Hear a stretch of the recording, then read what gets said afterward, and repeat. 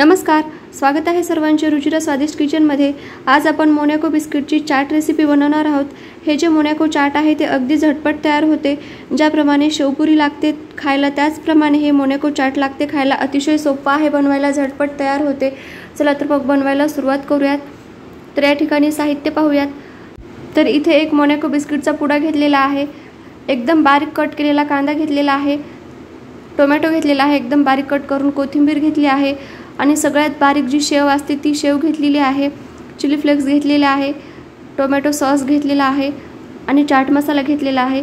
तर सुरुवात करूया आता आपण। तर इथे सर्व बिस्किट मी एका प्लेटमध्ये काढून घेते। तर तुम्हाला एक पुड्याचे, दोन पुड्याचे जेवढे पाहिजे तेवढे तुम्ही हे चाट बनवू शकता बिस्किटाचे। तर आता सर्व बिस्किटांवरती आपण टोमॅटो सॉस लावून घेऊयात। अशा प्रकारे सर्व बिस्किटांवरती सॉस लावून घ्यायचा आहे। बिस्किट थोडेसे हलके फुलके असतात त्यामुळे लावताना थोडेसे इकडे तिकडे हालत आहेत पहा। तर याच पद्धतीने सर्व बिस्किटांवरती मी सॉस लावून घेतलेला आहे। थोडासा सॉस पसरवून घ्यायचा आहे चमच्याच्या सहाय्याने। बघू शकता बिस्किट कसे हालत आहेत इकडे तिकडे।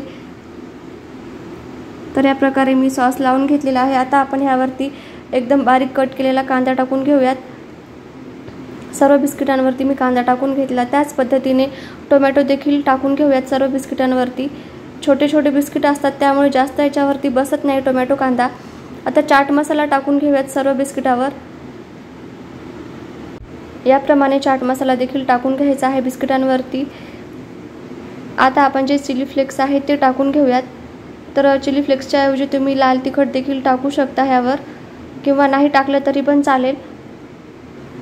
आता जी बारीक शेव आहे ती टाकून घेऊयात। शेव थोडीशी जास्त प्रमाणामध्ये टाकायची आहे म्हणजे खायला खूप छान लागते।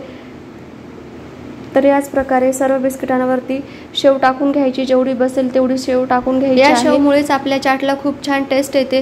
तर सर्व बिस्किटांवरती मी ही शेव टाकून घेतलेली आहे।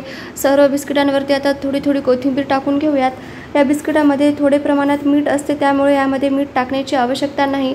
तर अशा पद्धतीने आपण हे मोनॅको चाट तयार केलेले आहेत। मुलांना तर हे मोनॅको चाट खूप आवडते, खायला पण खूप छान लागते। बनवायला अगदी कमी वेळ लागतो। खूप भूक लागली, काही बनवायचा कंटाळा आला तर एक मोनॅको बिस्किट पुडा घेऊन यायचा व हे मोनॅको चाट बनवायचं, पटकन तयार होते। तर तुम्ही नक्की एकदा हे मोनॅको चाट बनवून पहा। व्हिडिओ आवडला असेल तर लाईक, शेअर आणि सबस्क्राईब करायला विसरू नका। व्हिडिओ पाहिल्याबद्दल खूप खूप मनापासून धन्यवाद।